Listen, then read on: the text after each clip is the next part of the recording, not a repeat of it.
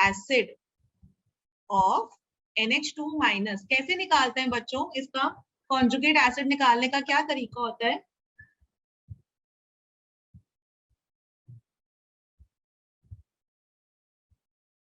ठीक है, सब लोग चुप है, सब लोग सॉल्व कर रहे होंगे।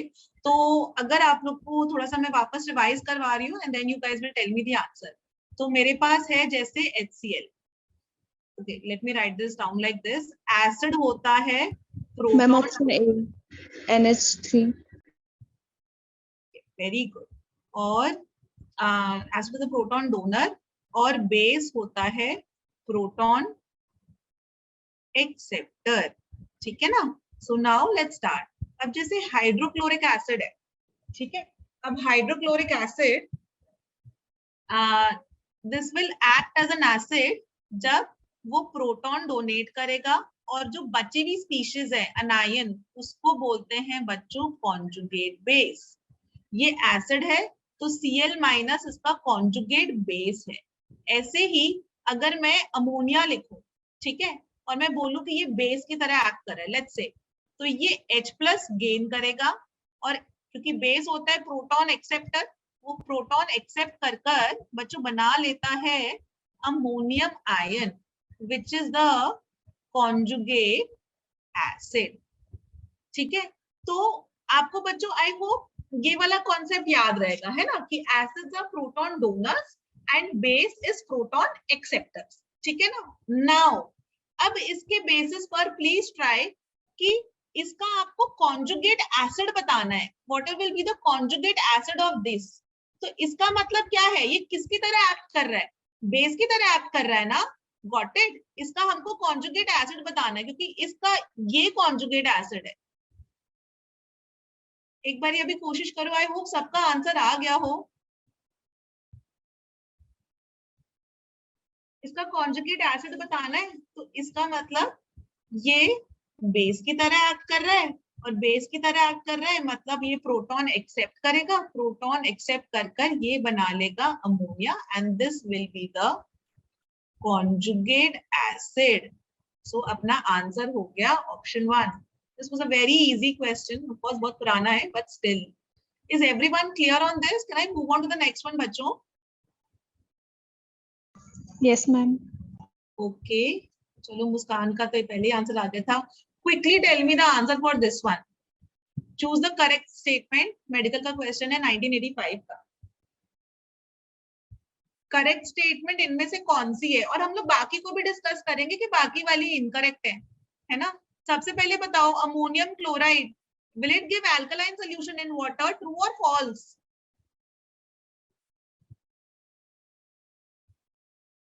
Ma'am, false. फॉल्स। क्यों?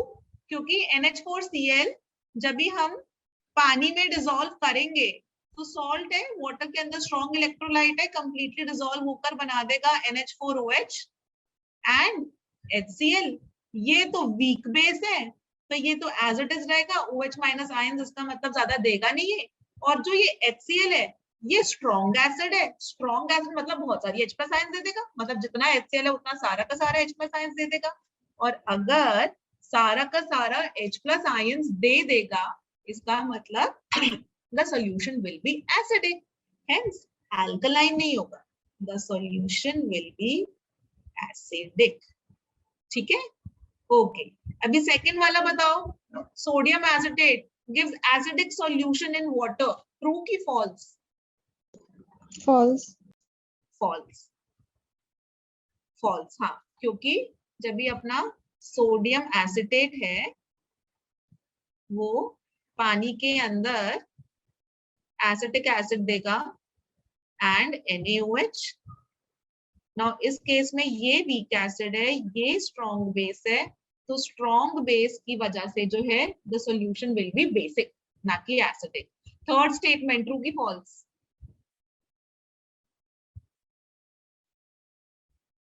जल्दी से बोलो, आप लोग को आता है बच्चों ये वाला answer? Ma'am true. True, very good, very good, तो दिस इज ट्रू। और यहाँ पर भी फॉल्स लिख देते हैं, ये वाला भी फॉल्स। और अमोनियम हाइड्रोक्साइड स्ट्रॉन्ग बेस है, ट्रू की फॉल्स? false, False है ना, तो बहुत ही इजी क्वेश्चन था, एकदम सिंपल सिंपल क्वेश्चन है, अभी फटाफट से आंसर करो. Okay, now this one, which one of these is not an acidic salt? थोड़ा सा दिमाग लगाना, अच्छा क्वेश्चन है. थोड़ी सी मैं हेल्प करती हूँ. सबसे पहले होता है acid salt. Acid ma'am, salt option A, नहीं.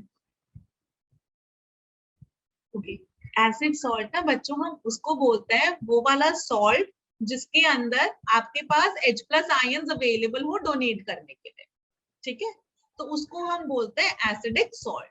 जैसे अगर हमारा होता है H3PO4, तो H3PO4 का मतलब है P double bond O, OH, OH, OH. तो इस केस में this is an acidic salt. ये एसिडिक सॉल्ट कैसे है कि इसके पास H प्लस आयन्स अवेलेबल है देने के लिए. इसके पास जो H प्लस आयन्स अवेलेबल है, अगर इनमें से मैं कोई H प्लस हटाकर उस H प्लस की जगह मैंने Na लगा दिया, तो ये एसिडिक सॉल्ट बन जाएगा. क्यों? क्योंकि अब सॉल्ट तो बन गया. One of the cations is not H plus, it is sodium. लेकिन ये एसिडिक सॉल्ट है क्योंकि इसके पास 2 हाइड्रोजन आइटम्स अवेलेबल हैं. ऑलराइट, तो हमारा बच्चों, एक सेकेंड, हाँ, तो हमारा H3PO4 तो बनता है ऐसे. इसको मैं वापस हटा दूं. ठीक है, और उसके बाद H3PO3 बनता है ऐसे, और H3PO2 बनता है ऐसे. H3PO4, H3PO3, H3PO2. ठीक है, अभी देखो PO2 वाले के अंदर उसने एक सोडियम रिप्लेस किया है, तो हम भी क्या करते हैं, HCPO2 वाले के अंदर एक सोडियम रिप्लेस किया है और उसकी जगह Na लगा देते हैं. H3PO3 के अंदर भी एक सोडियम रिप्लेस किया है. ओह, ये वाला नहीं रिप्लेस कर सकते, ये वाला रिप्लेस करना होगा ना. तो और यहाँ पर सॉरी, ये H तो एज इट इज रहेगा और यहाँ पर ONA, और H3PO4 वाले के अंदर भी एक सोडियम रिप्लेस किया है, एक रिप्लेस कर उसकी जगह Na. नाउ ये एसिडिक सॉल्ट है? हाँ है. क्यों? क्योंकि इसके पास 2 H प्लस आयन्स अवेलेबल है डोनेट करने के लिए. क्या ये एसिडिक सॉल्ट है? हाँ, ये एसिडिक सॉल्ट है क्योंकि इसके पास ये वाला अवेलेबल है डोनेट करने के लिए. क्या ये एसिडिक सॉल्ट है बच्चों? यस की नो? yes ma'am, नहीं है ना. इसके पास H प्लस आयन्स क्या है डोनेट करने के लिए? वही वाले H प्लस आयन्स बच्चों हम लोग डोनेट करते हैं, वो वाला हाइड्रोजन जो ऑक्सीजन से जुड़ा हुआ हो, जो या वो वाला हाइड्रोजन ही हम लोग डोनेट कर सकते हैं, वो H प्लस आयन्स पे इसमें जा सकता है.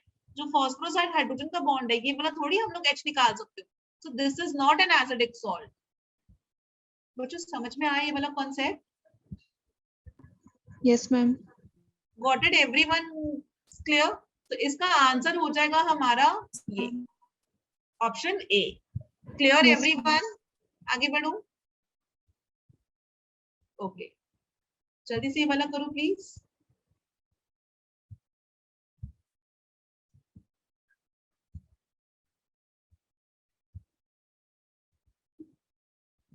वो सब्सटेंस व्हाइट कलर की भी है and the solution is alkaline.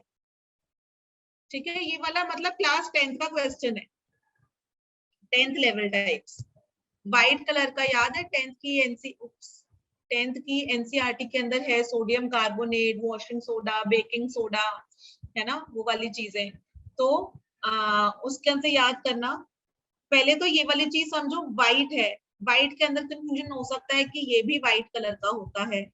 Ammonium chloride याद है, अमोनियम क्लोराइड व्हाइट कलर का होता है क्योंकि इसके अंदर ये भी पढ़ा होगा कि अमोनिया गैस का जो भी टेस्ट करते हैं हम, कि अगर सपोज हमने कोई रिएक्शन करवाया और अमोनिया गैस निकली, तो हम कैसे चेक करेंगे कि वो अमोनिया गैस है? स्कूल के अंदर लैब में एक्सपेरिमेंट किया होगा ये वाला, कि एक मैंने रॉड लिया, ग्लास रॉड लिया, उसको HCl हाइड्रोक्लोरिक एसिड के सॉल्यूशन में डिप कर रखा है, मतलब इस रॉड के ऊपर खूब सारा हाइड्रोक्लोरिक एसिड है, और उस हाइड्रोक्लोरिक एसिड वाली रॉड को जब मैं अमोनिया गैस के पास लेकर आई तो व्हाइट कलर की फ्यूम्स निकलती हैं अमोनियम क्लोराइड की। अमोनियम क्लोराइड भी व्हाइट कलर का होता है, ये व्हाइट कलर का सॉल्ट होता है जो कि सबलाइम कर जाता है। सबलाइम करना मतलब सॉलिड से एकदम से गैसियस स्टेट में कन्वर्ट हो जाता है, ये व्हाइट कलर का होता है, ये भी व्हाइट कलर का होता है।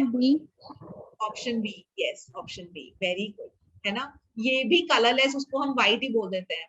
तो ये सारे के सारे व्हाइटिश कलर के हैं, लेकिन वो एल्कलाइन भी बोल रखा है। अभी देखो एल्कलाइन होने के लिए बेस स्ट्रॉन्ग होना चाहिए। अगर सॉल्ट है हमारा, वो एल्कलाइन है सॉल्ट, तो स्ट्रॉन्ग बेस होना चाहिए, वीक एसिड होना चाहिए। ये वाला सोडियम हाइड्रोक्साइड बनाएगा NaOH, और ये वीक एसिड H2CO3। ये एसिड वीक है, बेस स्ट्रॉन्ग है। बेस स्ट्रॉन्ग है तो मतलब सॉल्यूशन अल्कलाइन। इधर में देख लो, इधर में NH4OH और HCl, यहाँ पर स्ट्रॉन्ग एसिड है, वीक बेस है, तो ये वाला तो सॉल्यूशन ही एसिडिक बनेगा, और इसके अंदर दोनों स्ट्रॉन्ग है, तो न्यूट्रल।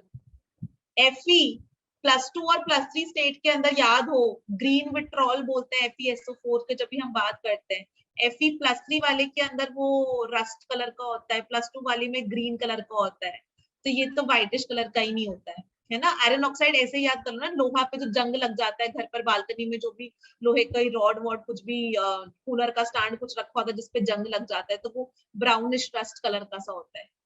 ठीक है, so sodium carbonate is the answer. Next one, this one, जल्दी से बताओ।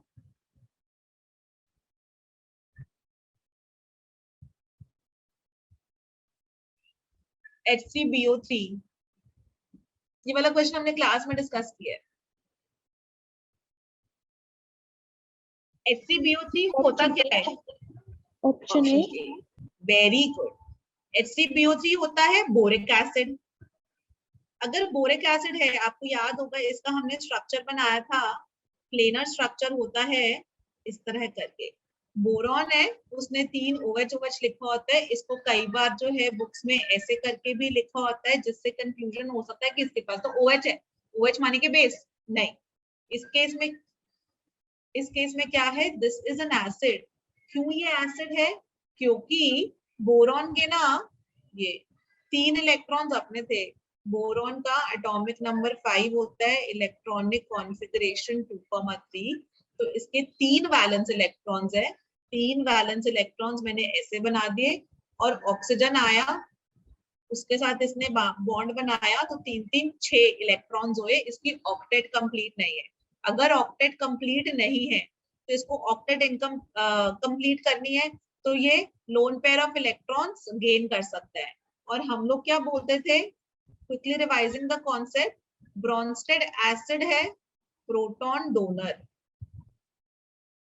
ब्रोंस्टेड बेस है प्रोटॉन एक्सेप्टर, ल्यूविस एसिड है, प्रोटॉन का उल्टा कर दो तो electron acceptor, electron pair acceptor, और इलेक्ट्रॉन पेयर डोनर। ठीक है, पेयर, ओके, पेयर याद रखना। ओके, तो ये तो इलेक्ट्रॉन्स एक्सेप्ट कर रहा है ना, तो ल्यूविस एसिड, यस, और मोनोबेसिक है। ठीक है, अब पेयर ऑफ इलेक्ट्रॉन्स एक्सेप्ट करता है, hence option A is correct. Clear everyone, आगे बढ़े। Yes ma'am. ओके, चलो, तो जल्दी से अब ये वाला बता दो। एक सेकेंड बड़ा कर देती हूँ।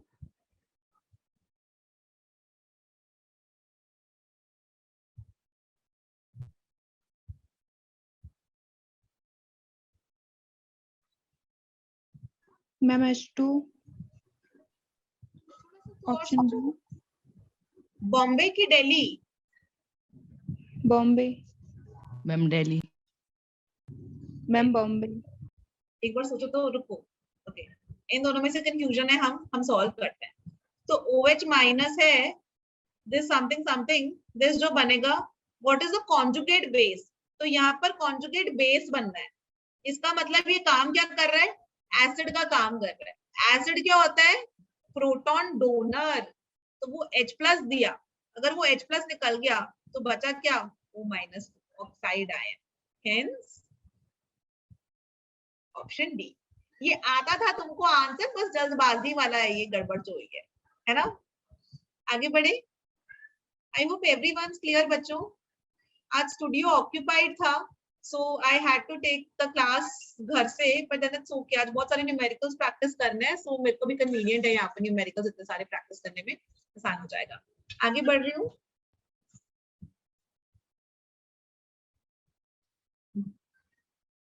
Okay, this one is a good question.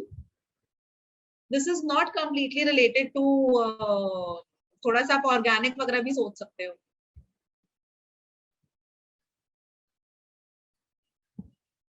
Okay.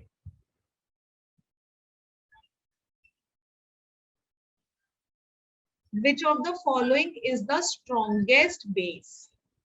मतलब वो बहुत अच्छा बेस है, मतलब बेस अच्छा है तो उसका conjugate acid will be weak. Base होते हैं प्रोटॉन एक्सेप्टर, ठीक है, तो उसको प्रोटॉन एक्सेप्ट कर कर वो बनाना है, ठीक है। आपको बताना है स्ट्रॉन्गेस्ट बेस। तो अगर मैं इन चारों ऑप्शंस को लिखूं, C2H5 माइनस है, this is acting as a base. Base का काम होता है प्रोटॉन एक्सेप्टर, तो ये बना लेगा C2H6, ठीक है। और अब मैं सारे के सारे लिख देती हूँ। ऑप्शन 1 वाला, 2 वाला बना लेगा H5COO minus plus H+,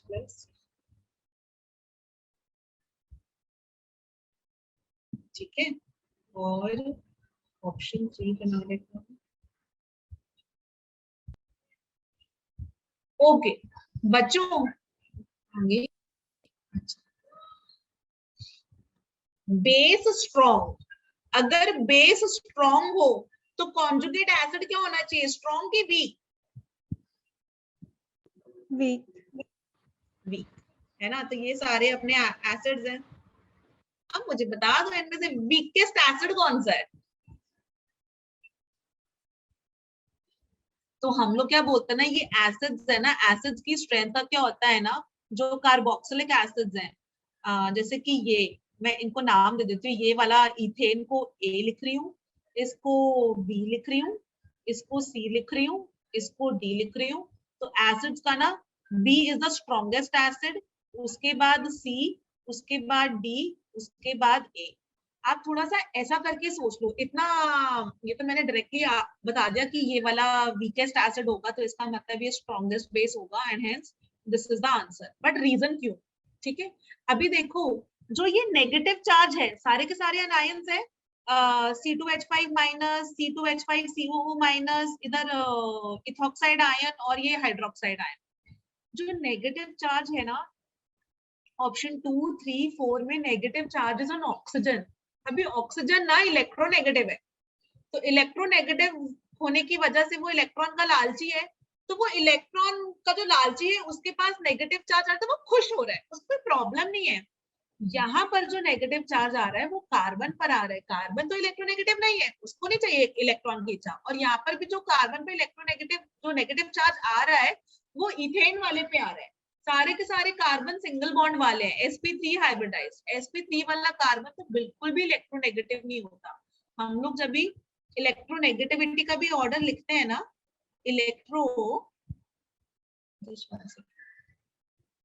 electronegative का ऑर्डर कार्बन के लिए अगर मैं लिखूं, तो इथाइन वाला जो अनायन होता है ना, दैट इज मोस्ट इलेक्ट्रोनेगेटिव, क्योंकि वो sp हाइब्रिडाइज्ड है। sp वाले के अंदर 50% s कैरेक्टर है, 50% s कैरेक्टर है। It is more near to the nucleus, nucleus के पास है तो वो इलेक्ट्रॉन को ज्यादा अच्छे से खींच सकता है, hence it is more electronegative. तो ये वाला ज्यादा इलेक्ट्रोनेगेटिव होता है। ये वाले के अंदर जहां डबल बॉन्ड है वहां पर हो गया sp2 हाइब्रिडाइज्ड। sp2 मतलब s कैरेक्टर हो गया 33% s कैरेक्टर। अगर 33% एस कैरेक्टर हो गया तो लेस इलेक्ट्रोनेगेटिव। और जब भी आपका ये वाला होता है, इथेन से जब भी हम इथाइल वाला जो बनाए हम उस पर नेगेटिव चार्ज लगाते हैं। तो इसमें क्या है, sp3 हाइब्रिडाइज्ड है, sp3 हाइब्रिडाइज की वजह से 25% एस कैरेक्टर है ना, 25% एस कैरेक्टर, यहाँ पर 50% एस कैरेक्टर, ठीक है। sp हाइब्रिडाइज होता है, ये वाला sp2 हाइब्रिड, तो इस पे वाले के अंदर sp3 हाइब्रिडाइज मतलब लीस्ट इलेक्ट्रोनेगेटिव, इस पे negative charge is not stable. Instead जब भी हम इधर देखें, जो एसिड से बना है, कार्बोक्सिलिक एसिड से बना है, इस पे negative charge is very stable. क्यों? क्योंकि अगर हम इसका स्ट्रक्चर बनाए CH3 CH2 C double bond O negative, ये उसका स्ट्रक्चर है। मस्त बढ़िया वाली रेजोनेंस हो रही है। जो नेगेटिव चार्ज है वो इस वाले ऑक्सीजन से, राइट वाले ऑक्सीजन से यहाँ पर कार्बन की तरफ आके वो इधर यहाँ चला गया, तो इसका जो रेजोनेटिंग स्ट्रक्चर बनेगा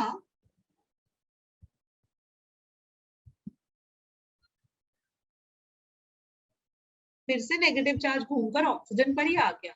negative charge is very stable, why? Because it is on an electronegative atom. Electronegative atom पे नेगेटिव चार्ज है तो बहुत ज्यादा स्टेबल है, hence this is very stable.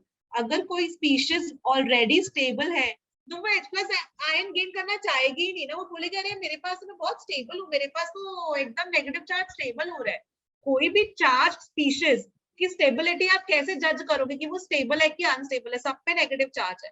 तो जिसके पास नेगेटिव चार्ज की इंटेंसिटी कम होने वाले इलेक्ट्रॉन विड्रॉइंग ग्रुप्स हो बेसिकली, कि मतलब नेगेटिव चार्ज ना पूरे उसमें घूम जाए। अगर कहीं पर चार्ज कॉन्सेंट्रेटेड होगा, जैसे मन में सोचने का तरीका ये है कि जब मैं छोटी सोचती थी तभी कि कहीं पे खूब सारा चार्ज होएगा ना, एकदम कॉन्सेंट्रेटेड होगा चार्ज, तो मैं उसको छूंगी तो मुझे करंट लग जाएगा। तो आई डोंट वांट दैट, मुझे क्या चाहिए कि चार्ज पूरा का पूरा घूम जाए।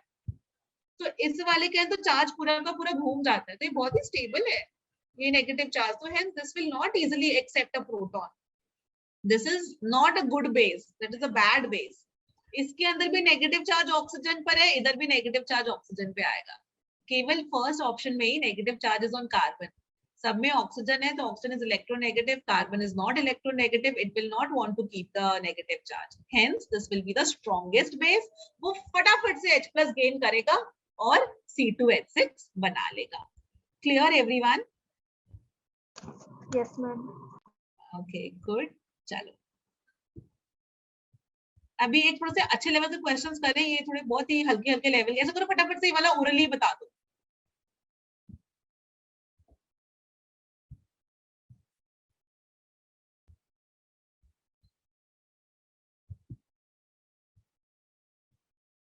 Bronsted-Lowry theory क्या थी? Acids are proton donors and bases are proton acceptors. That is it.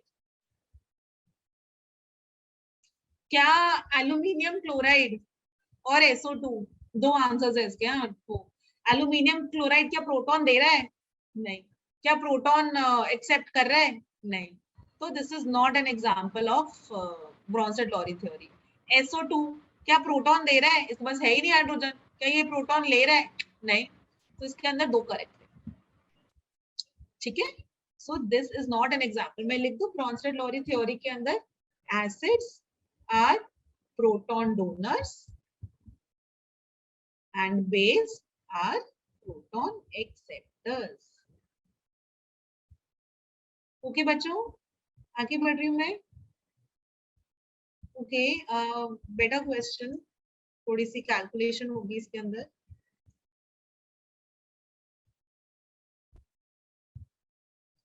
Please quickly solve. हमको S दे हमको S दे रखा है इधर, सॉल्युबिलिटी एक सॉल्ट की is 10 to the power -5 moles per litre. Ma'am, option A. Option A कैसे गया? AB 2 है, वो A2 plus 2B minus देगा। Very good. और यहाँ पर S 2S. यहाँ पर 2S, थैंक यू। तो KSP हो गया A+2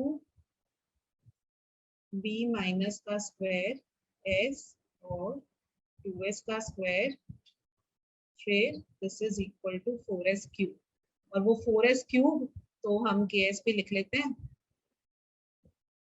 4 10 raised to -5, तो ये हो गया 4 into 10 raised to -15। ठीक है, बहुत ही इजी क्वेश्चन, बहुत ही सिंपल क्वेश्चन। ओके, जल्दी से everyone please do this one.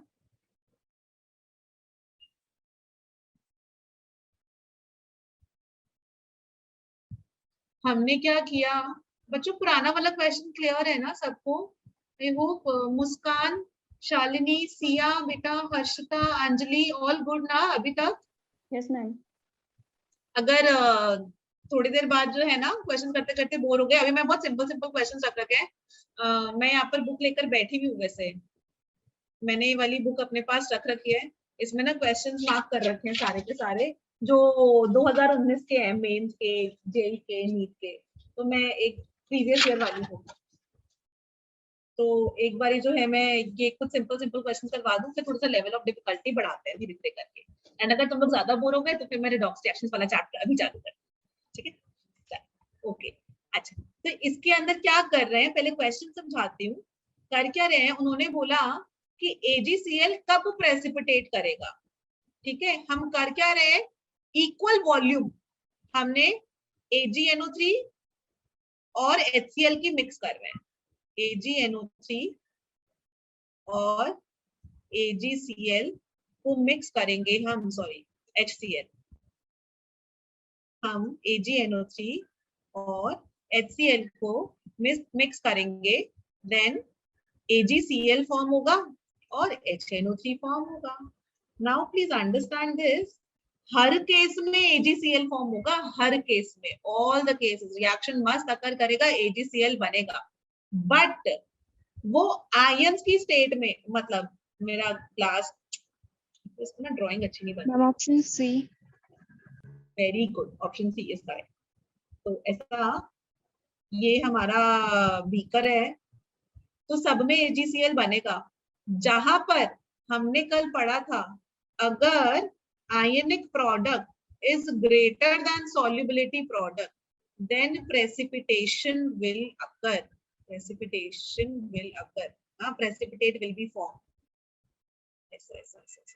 अगर ionic product is greater than solubility product, अगर ionic product is less than solubility product, no precipitate.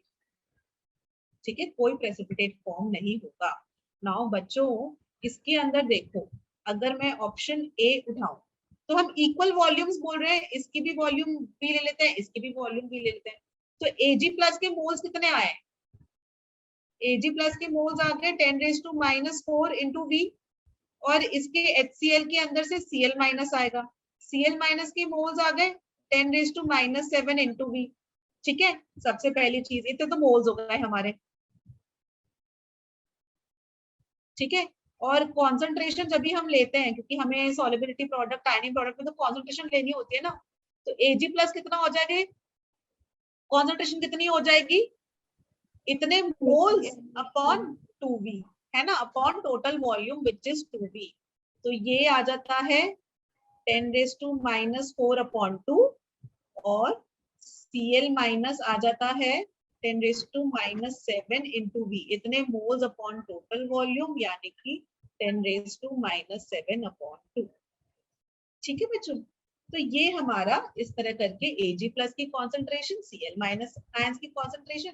अब इसका आयनिक प्रोडक्ट निकाल लो, ionic product is equal to Ag+ into Cl-, so ionic product case option 1 में हो जाएगा 10⁻⁻⁴ into 10⁻⁷ upon 2 into 2, तो 1/4 यानी कि 0.25 into 10⁻⁻11। So this is very very very very small, सब केस में जो है ना बहुत यार है। ऑप्शन सी में देखो 10⁻⁻⁴ और 10⁻⁻5 और 10⁻⁻9 अपॉन 4 आएगा। तो इस वाले के अंदर में यहाँ पर उस केस में आयनिक प्रोडक्ट बनेगा 10⁻⁻5 into 10⁻⁻4 अपॉन 4, तो 0.25 into 10⁻⁻9, या फिर 2.5 इंटू 10⁻⁻10 है ना। एंड क्लियरली ये वाले और ये वाले के अंदर, मतलब ऑप्शन सी के अंदर आयनिक product is greater than solubility product, ionic product is greater than solubility product, hence precipitation will अकर। क्या ये सबको समझ में आया? Yes ma'am. शालिनी को भी आगे, अंजलि आगे बेटा, क्लियर है? अनुभव डन बेटा? Yes ma'am. Yes, ma'am. Okay, चल आगे बढ़ते हैं। ओके, सो अब मैं क्वेश्चन लिख रही हूँ ये 2019 मेंस का क्वेश्चन है, अप्रैल मंथ का, 12 अप्रैल का ये वाला क्वेश्चन जेई का। और यहाँ पर क्वेश्चन लिखा हुआ है द मोलर सॉल्युबिलिटी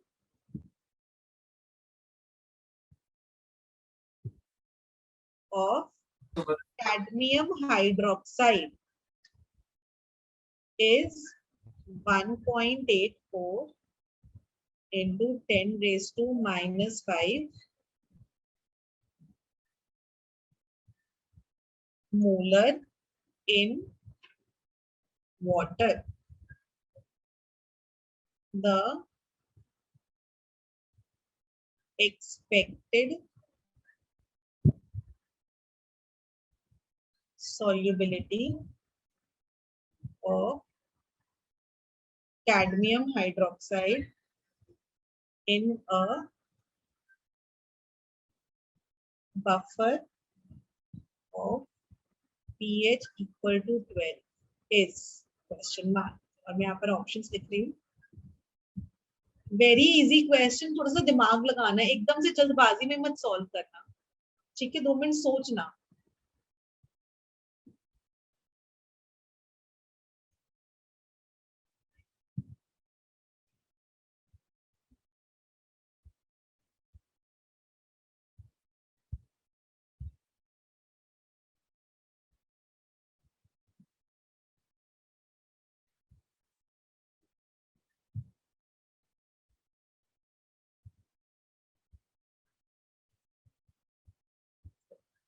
एक बारी क्वेश्चन पढ़ो, समझो एंड फिर लेट्स सॉल्व दिस। तो वो बोल रहे हैं कि जो कैडमियम हाइड्रोक्साइड है ना, उसकी सॉल्युबिलिटी की वैल्यू इतनी है, सॉल्युबिलिटी इतनी है, केएसपी तो हमको निकालना पड़ेगा, ठीक है? अब वो बोल रहे हैं आपने कैडमियम हाइड्रोक्साइड को ना एक बफर में डाल दिया, जो बफर है उसका पीएच इज 12, तो उस केस में उसकी अब नई सॉल्युबिलिटी क्या होगी? थोड़ा सा हिंट देती हूँ, हो रहा है कि थोड़ा सा हिंट दूं? Ma'am option D. Option D, एक सेकेंड, हाँ एक minute.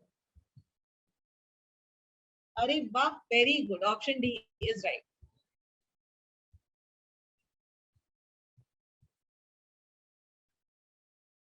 Ma'am very good. Okay, क्या किया इसके अंदर? ओके, क्या किया इसके अंदर? सबसे पहले तो ना हमको सॉल्युबिलिटी दे रखी है इसकी। अभी देखो बच्चों, एक बेस दे दे हाइड्रोक्साइड, ठीक है? वो बहुत ज्यादा डिसॉल्व नहीं होता है, वो नीचे प्रेसिपिटेट करता है, वो स्पेयरिंगली सॉल्युबल है। सॉल्युबिलिटी का क्वेश्चन देखिए, तक आप समझ ही गए। अब उन्होंने बोला कि हमको उसकी ना सॉल्युबिलिटी गिवन है।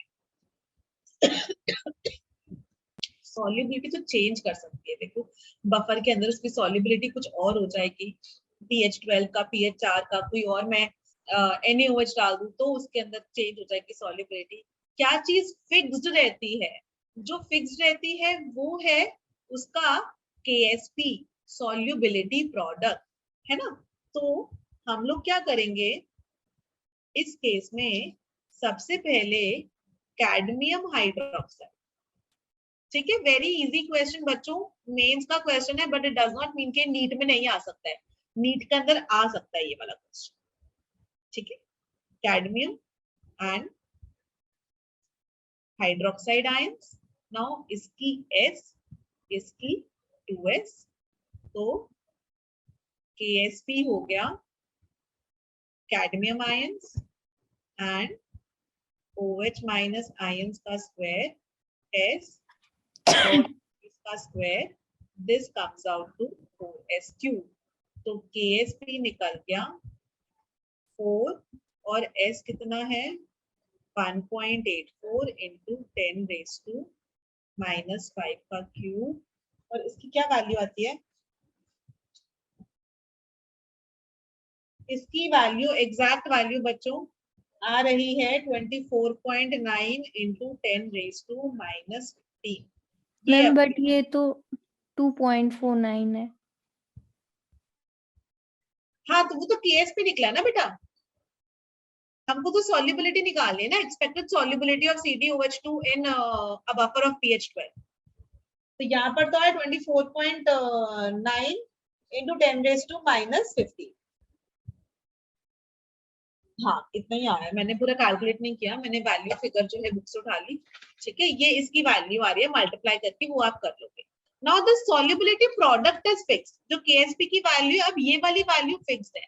हमने क्या किया ना, ये जो कैडमियम हाइड्रोक्साइड है इसको ना एक बफर में डाल दिया, और जिस बफर में डाला उस बफर का pH इज 12।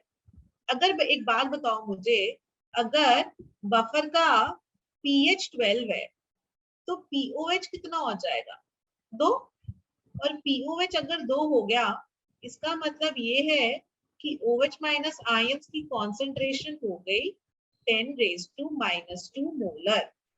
ठीक है, तो अब OH माइनस आयंस की कॉन्सेंट्रेशन इतनी है, तो अब क्या करूं आप, मैं नेक्स्ट पेज पे चल रही हूँ, ये यूज दिस डेटा अभी 2 सेकंड के अंदर। तो कैडमियम हाइड्रोक्साइड का हम फिर से लिखते हैं, कैडमियम हाइड्रोक्साइड है और ये कैडमियम आयंस दे रही है 2, OH माइनस आयंस दे रही है, तो T इक्वल टू 0 पर OH माइनस आयंस है 10 रेज टू -2 मोलर, क्योंकि बफर है ना, बफर के अंदर pH 12 ऑलरेडी इतना प्रेजेंट है, तो OH minus ions already 10 raise to -2 present है। अब आपने क्या बोला, T इक्वल टू इक्विलिब्रियम पर इसकी S, इसकी कितनी हो जाएगी 2s plus 10 raised to -2. Now use the solubility product जिसकी वैल्यू फिक्स रहती है, ठीक है, to find out the new solubility। ठीक है, तो S ये 2s plus 10 raised to -2 का स्क्वायर, तो ये S, और ना S बहुत छोटा है, 2s भी बहुत छोटा है 10 रेज टू -2 के कंपैरिजन में, तो हम लोग इसको 10 रेज टू -2 का स्क्वायर इतना ही लिख देते हैं। This will become S into 10 raise to -4, और KSP हमने निकाली थी, वो आई थी 24.9 into 10 raise to -15, 24.9 into 10 raise to -15। तो इसको यहाँ से डिवाइड कर दो, S बन जाएगा 24.9 इंटू 10 रेज टू -11, एक इधर 10 मल्टीप्लाई कर दो, तो 2.49 इंटू 10 रेज टू -10। तो नई सॉल्युबिलिटी हो गई इतनी। गॉट इट, हमने इसके अंदर कॉन्सेप्ट क्या अप्लाई किया बच्चों, सबको समझ में आया? मैं वापस प्रीवियस पेज पे चल रही हूँ, कैलकुलेशंस के लिए I can come back to this page after some time. So what is happening in this question? सबसे पहले तो उन्होंने बोला कि हमारे पास कैडमियम हाइड्रोक्साइड एक बेस है, उसकी जो सॉल्युबिलिटी है ना उसकी वैल्यू इतनी होती है अब पानी के अंदर, ठीक है, क्योंकि पानी के अंदर कुछ कॉमन आयंस नहीं है, वाटर का डिसोसिएशन 10 रेज टू -14 होता है, बहुत ही छोटा होता है, उसको हम कंसिडर नहीं करते, ठीक है, उसको न्यूट्रल ही मान के चलते हैं। पानी का pH 7 है और वो न्यूट्रल है, जितने H+ दे रहे हैं उतना OH माइनस आयंस दे रहे हैं, तो कोई फर्क नहीं पड़ता पानी की वजह से। तो पानी के अंदर तो प्योर सॉल्युबिलिटी निकली जिसकी वैल्यू इतनी है। अब हमने क्या किया, इसकी सॉल्युबिलिटी हमको पता है, अब वो बोल रहे हैं कि आप क्या करो, कैडमियम हाइड्रोक्साइड को ना एक बफर में डाल दो बच्चों, जिसका pH 12 है। अब बताओ इसके अंदर इसकी सॉल्युबिलिटी कितनी हो जाएगी, मतलब अब बफर का pH अगर 12 है तो इसका मतलब OH माइनस आयंस में ऑलरेडी प्रेजेंट है, बेसिक बफर है, तो ऑलरेडी OH माइनस आयंस है। तो हमने क्या कहा था कि सॉल्युबिलिटी कॉमन आयन इफेक्ट की वजह वो डिप्रेस होगी ना, मतलब कम जाएगी ना, पहले वो ज्यादा डिसोसिएट होता अब मुझे और कम डिसोसिएट होएगा, तो इसकी सॉल्युबिलिटी घटेगी। तो क्योंकि सॉल्युबिलिटी घटनी है तो हम लोग अब चेक करते हैं, पहले तो देखो यहाँ पे 10⁻⁵ है, सारी वैल्यूज 10⁻⁵ से छोटी है, तो हम लोग वो वाला लॉजिक तो अप्लाई नहीं कर सकते हैं। Now let's solve it the long way. तो पहले क्या करो, ये इसकी सॉल्युबिलिटी है प्योर वाटर में, तो प्योर वाटर में KSP निकाल लो। अब KSP की वैल्यू फिक्स रहती है, तो KSP इतना है अपना, और आप इसको बफर में डाल दो। बफर का जो pH है उसका OH माइनस का वो 10⁻⁻² है, तो 2s + 10⁻², और इधर s सॉल्व करोगे, ये अपना फाइनल आंसर आ जाएगा।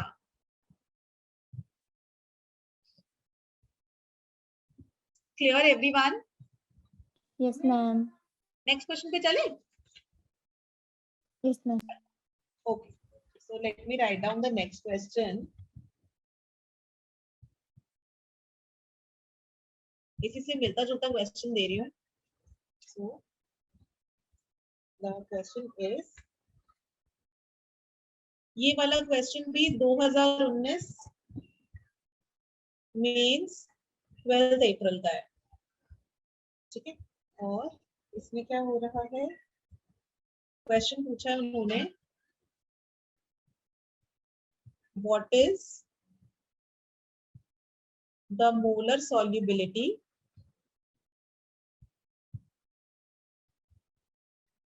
of aluminium hydroxide in 0.2 molar sodium hydroxide। given है KSP of aluminium hydroxide equal to 2.4 into 10⁻⁻²4, and your options are 3 into 10⁻⁻80, 12 into 10⁻⁻22, 3 into 10⁻⁻22।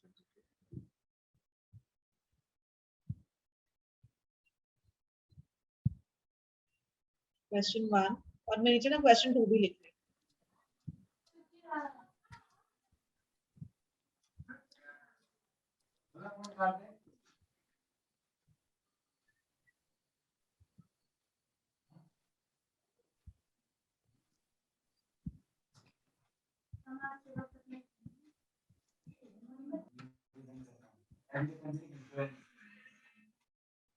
चलो एवरीवन जल्दी से सॉल्व करो, ये वाला क्वेश्चन ना एग्जैक्टली सिमिलर है प्रीवियस वाला क्वेश्चन था।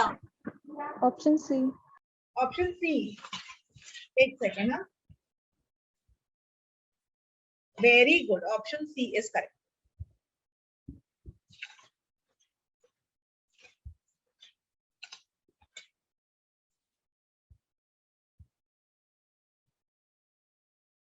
ओके, बाकी लोग का आया, सॉल्व करूं? मैम सेकंड क्वेश्चन नोट नहीं किया था। अरे सेकंड वाले पे चल रही हूँ अभी। अच्छा तुमको मैं दिखा दूं क्वेश्चन, एक सेकंड पीछे हो गया। हाँ, ये वाला क्वेश्चन, ठीक है, जल्दी से नोट कर ले, फिर मैं वापस दूसरे वाले पेज पे आ जाती हूँ for everyone else to solve that question, ठीक है। मैम कर लिया। कर लिया नोट? ओके, चलो लेट्स स्टार्ट।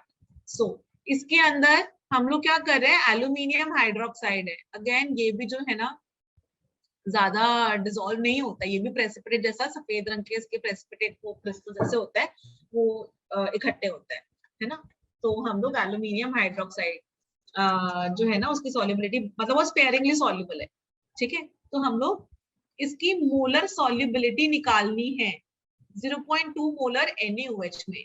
अभी NaOH आपको दे रखा है, NaOH तो आपको पता है स्ट्रॉन्ग बेस है, तो ये Na+ एंड OH- में चला जाएगा। तो ये अगर 0.2 मोलर था शुरू में, तो आफ्टर सम टाइम t ये यहाँ से पूरा खत्म, ये भी 0.2 मोलर, ये भी 0.2 मोलर, ठीक है। अब एल्यूमिनियम हाइड्रोक्साइड पे आ जाओ। एल्यूमिनियम हाइड्रोक्साइड जो है वो 3Al+3 एंड सॉरी उल्टा लिख देना, Al+3 and 3 OH माइनस इसमें जाएगा। सो इसके अंदर क्या होता है, इसकी तो ओके पहले 0 पे लिख कर देते हैं, T इक्वल टू 0 पर इसका तो ऑलरेडी 0.2 मोलर प्रेजेंट है ना OH माइनस, तो इक्विलिब्रियम पर इसका S इसका 3S प्लस 0.2। अब बच्चों KSP सॉल्व कर लो, तो KSP is equal to Al plus 3 and OH minus का क्यूब। सो S और OH माइनस हो गया 3S प्लस 0.2 का cube and this is equal to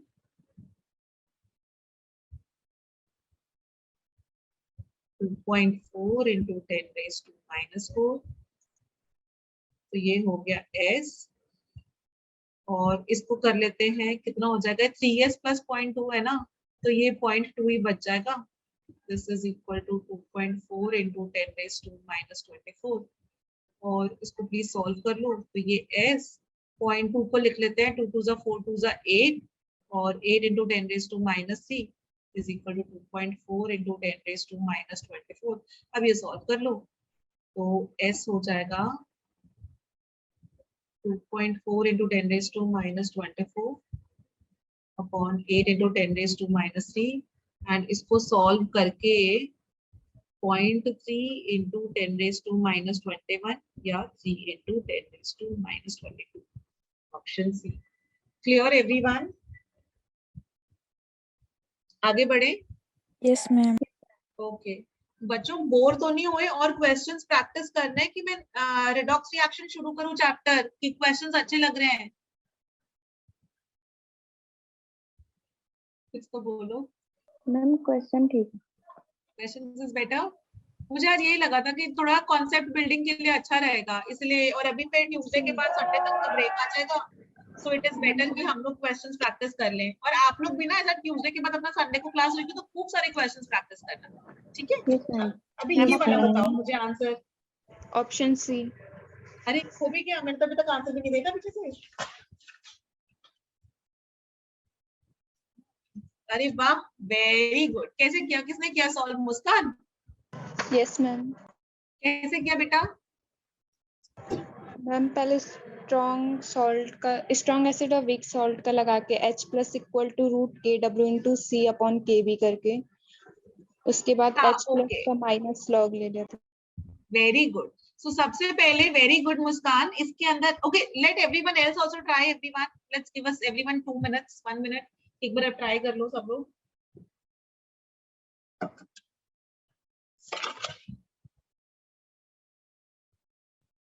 मैंने ग्रुप पर एक पेज शेयर किया है, ठीक है? थोड़े से क्वेश्चंस हैं। सबसे पहला क्वेश्चन ना एक टाइट्रेशन का है। मैंने टाइट्रेशन अभी आप लोग को पढ़ाई नहीं है। टाइट्रेशन के अंदर ना पढ़ाते हैं कि एक टाइटर होता है, टाइट्रेंट होता है, एक को ब्यूरेट में लेते हैं जो बीकर में होता है, उसमें इंडिकेटर डाल के रखते हैं, इक्वलेंस पॉइंट वगैरह, वो सारी चीजें मैंने पढ़ाई नहीं है, वो रेडॉक्स रिएक्शन में पढ़ाऊंगी। तो वो वाला इसका एक क्वेश्चन छोड़ देना, रेडॉक्स रिएक्शन वाला जो इक्वलेंस पॉइंट टाइट्रेशन जहां पर हो, बाकी सारे क्वेश्चंस आप लोग प्रैक्टिस कर सकते हो, ठीक है? प्रीवियस ईयर वाले हैं, प्लीज हो सके तो जरूर करना practice. Okay now we'll start with this question. फटाफट से करते हैं बच्चों। तो इसके अंदर ना जैसे पीएच निकालना है तो पहले देखकर ही जो है ना हमको आयनिक इक्विलिब्रियम वाला चैप्टर करके सोचना है। या तो पहले सबसे पहले पढ़ा था weak acid weak base, Ostwald's solution law वगैरह पढ़ा था। नहीं यहाँ पर वीक बेस नहीं है, यहाँ पर तो सॉल्ट भी आ रखा है, ठीक है? फिर उसके बाद जो है हमने बफर सॉल्यूशंस पढ़े थे, बफर सॉल्यूशन के बाद जो है सॉल्ट हाइड्रोलिसिस पढ़ी थी और सॉल्युबिलिटी प्रोडक्ट पढ़ा था। ये सारी चीजें हमने पढ़ी थी। तो अब यहाँ पर देखो ये सॉल्ट है, ठीक है? तो ये थोड़ा थोड़ा याद आ गया ये देखकर कि सॉल्ट की हाइड्रोलिसिस की हम लोग बात कर रहे हैं। बफर में बोलते थे वीक एसिड स्ट्रॉन्ग बेस ऐसा करके बनाते थे, यहाँ पर तो सिंपली सॉल्ट ही है। और जो सॉल्ट है ammonium chloride is a salt of weak base strong acid. तो यहाँ पर पीएच का फॉर्मूला लगा दो डायरेक्टली। इसका फॉर्मूला क्या लगेगा बच्चों?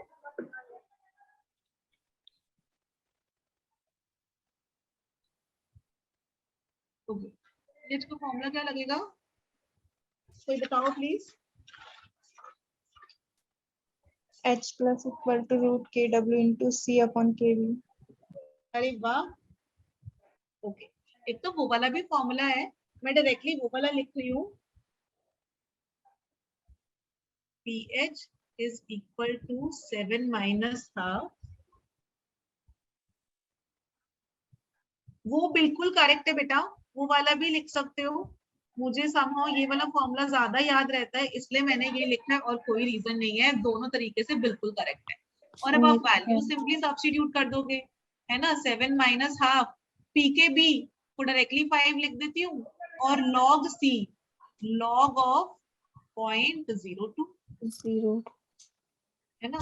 और इसको आप सॉल्व करोगे तो 7 minus half 5 plus log of 2 plus log of 10 raised to minus 2। ठीक है, मैंने एक स्टेप बीच में खाया है कि 0.02 को मैं लिखती हूँ 2 into 10 raised to minus 2, फिर उसे खोलती log 2 plus log of 10 raised to minus 2। तो ये बन गया 7 माइनस हाफ, और ये हो जाएगा 5 प्लस 0.301 दे रखा है, वही ले लेते हैं एग्जैक्टली, और माइनस 2, और पूरा का पूरा सॉल्व कर कर PH आ जाता है 7 माइनस हाफ, 5 में से 2 गया 3, तो 3.3, 2 पंजा 2, 1.6 समथिंग, तो 5.34 ऐसे आना चाहिए, तो अपना आंसर करेक्ट है। ठीक है, नेक्स्ट पर चले एवरीवन, सबको समझ में आया बच्चों? Yes, ma'am. yes ma'am चलो गुड, नेक्स्ट पे चल रही हूँ। Okay, this question is quite interesting. अगर आप लोगों को वो व्हाट्सएप अगर साथ साथ खोल लिया हो, तो मैंने क्वेश्चन नंबर 5 को सर्कल कर रखा है, वो वाला देखना, वरना मैं लिख भी रही हूँ साथ में क्वेश्चन, जिन बच्चों के पास अभी वो व्हाट्सएप एक्सेस ना हो। PH of a mixture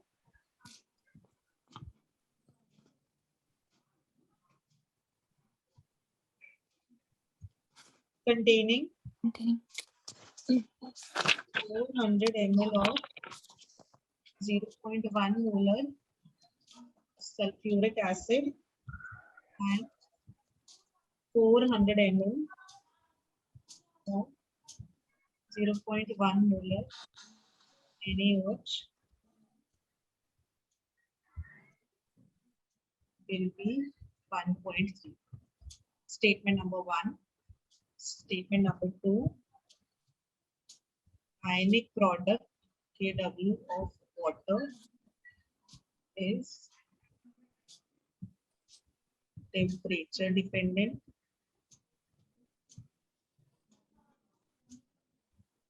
Number 3.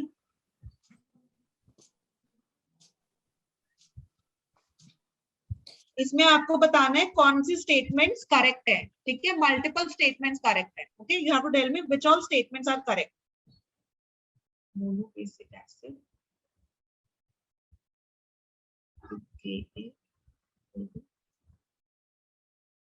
10⁻⁵.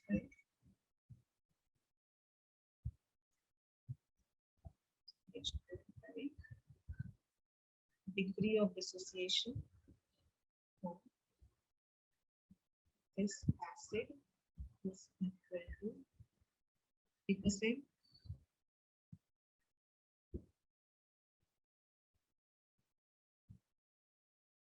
Le-Chatelier's principle is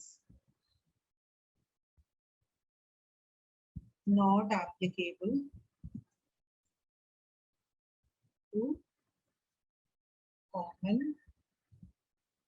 ion effect। तो मल्टीपल स्टेटमेंट्स करेक्ट है बच्चों। इस क्वेश्चन के अंदर आपको बतानी है कौन कौन सी करेक्ट है। दिस इज 2019 का मेंस का क्वेश्चन है, अप्रैल का ही। ठीक है, बाई चांस की बात है कि इस बार सारे के सारे अप्रैल के आ रहे। 2020 वाला जो था वो टाइट्रेशन के ऊपर था, वो मैंने पढ़ाया नहीं है, इसलिए फिर वो ले नहीं सकती।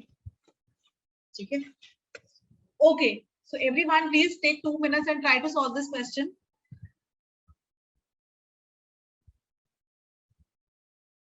ओके, सब लोग आई होप ट्राई कर रहे हो।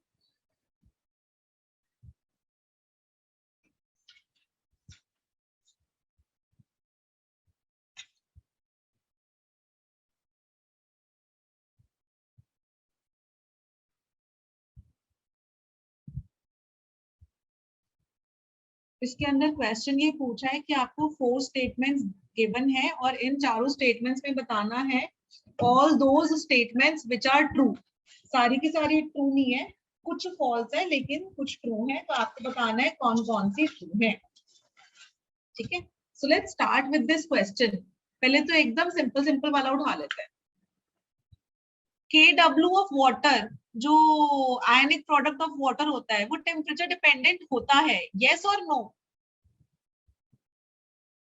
Yes yes ma'am. है ना, ट्रू, एकदम 100% ट्रू। क्योंकि होता ही है, हमने ये पढ़ा ही है कि आयनिक प्रोडक्ट जो KW है वाटर का, वो 25 डिग्री सेल्सियस पर 10⁻⁻14 होता है। और जैसे आप टेम्परेचर बढ़ाओगे, 25 से मैंने लेट्स से 90 डिग्री सेल्सियस किया, तो 10⁻12 या 10⁻13 ऐसे कुछ वैल्यू आती है ना। तो ऑफकोर्स टेम्परेचर बढ़ाने पर KW की वैल्यू छोटी हो रही है, मतलब घट रही होती है। तो of course KW is a temperature dependent. पहला वाला तो ट्रू, ये सेकंड स्टेटमेंट तो पक्का से ट्रू है।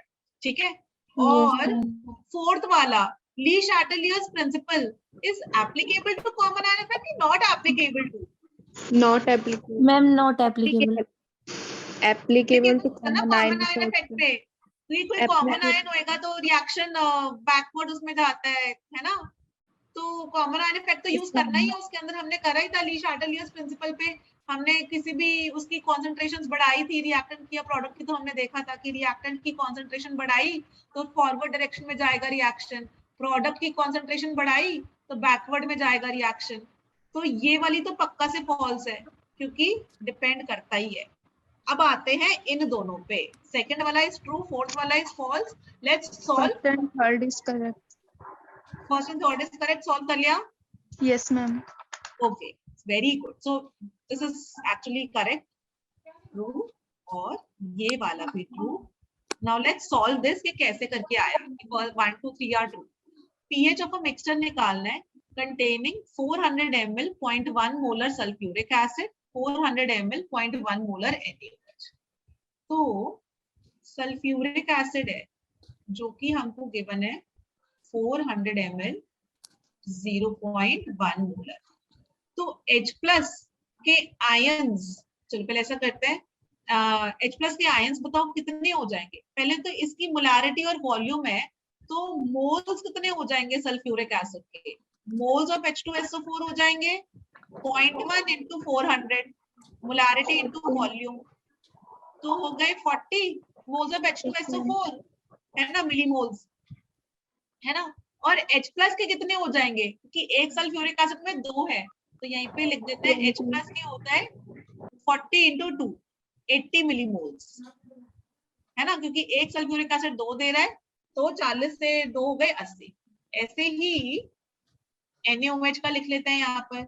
जो सोडियम हाइड्रोक्साइड है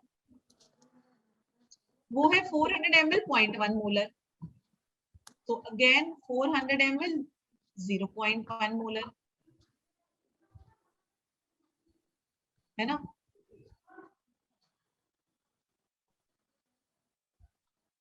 तो इसके अंदर OH माइनस आयंस आ गए, मोलारिटी इनटू वॉल्यूम 40 मिलीमोल्स।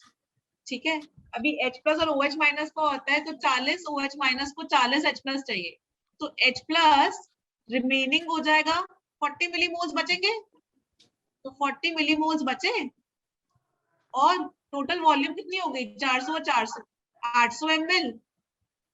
तो मिली से मिली काट दो, तो इसकी मोलारिटी आ जाएगी कितनी 1/20, 0 से 0 कट गया, 1/20 आ गई इसकी मोलारिटी H प्लस की कॉन्सेंट्रेशन।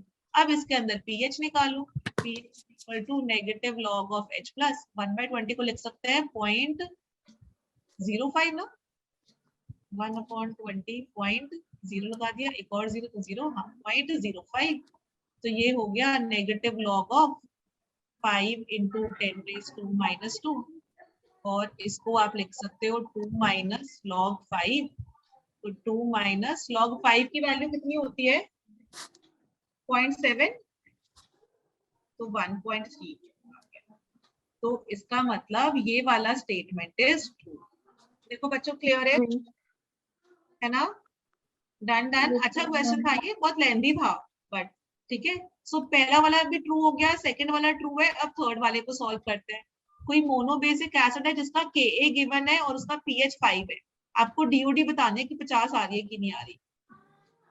तो मोनोबेसिक एसिड लिया H और gives H plus A minus, तो T इक्वल टू 0 पर कितना लिया है, कुछ कॉन्सेंट्रेशन में गिवन है इसके अंदर। Monobasic acid with Ka equal to this has pH equal to 5.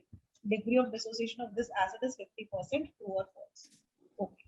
तो मैं ऐसा करती हूँ, कॉन्सेंट्रेशन में गिवन है तो C लिख लेती हूँ और फिर T इक्वल टू इक्विलिब्रियम पर C 1 minus alpha C alpha alpha, तो फिर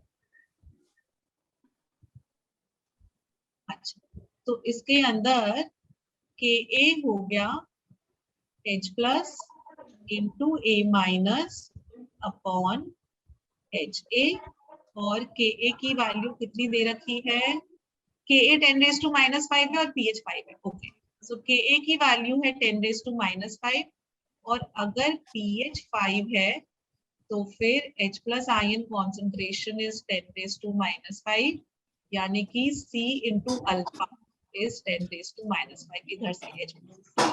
तो बच्चों यही वाली चीज सब्स्टिट्यूट कर दो, पहले H प्लस को लिख देते हैं C alpha upon C 1 minus alpha is equal to 10⁻⁵, और यहाँ पर काट C से C कट गया, 1 माइनस अल्फा तो बहुत ही छोटा होता है, तो इस केस में C अल्फा की value is 10⁻⁵ into alpha is equal to 10⁻⁵, alpha is,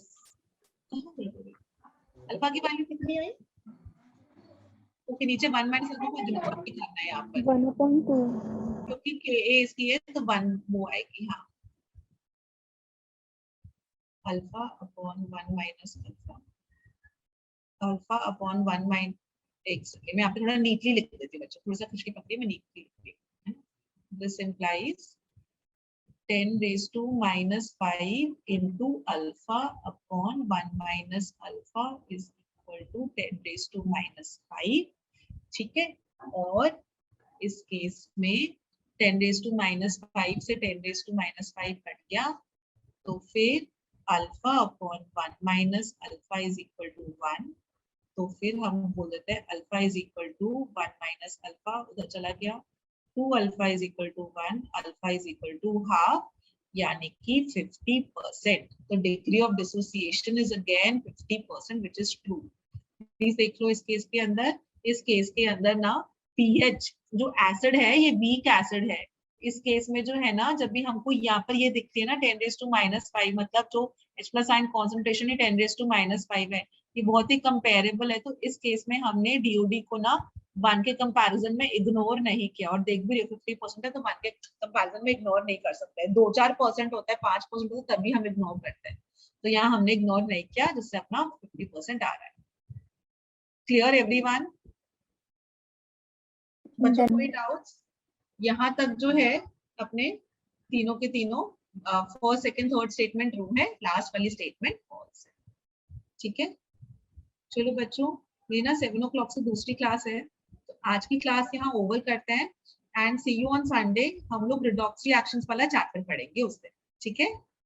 और जिसमें रिडॉक्स रिएक्शंस आप लोगों को ऑक्सीडेशन नंबर आता है, टाइट्रेशंस वगैरह जो इंपॉर्टेंट टॉपिक्स है वो वाले उस पे मैं फोकस करूंगी ज्यादा, ठीक है।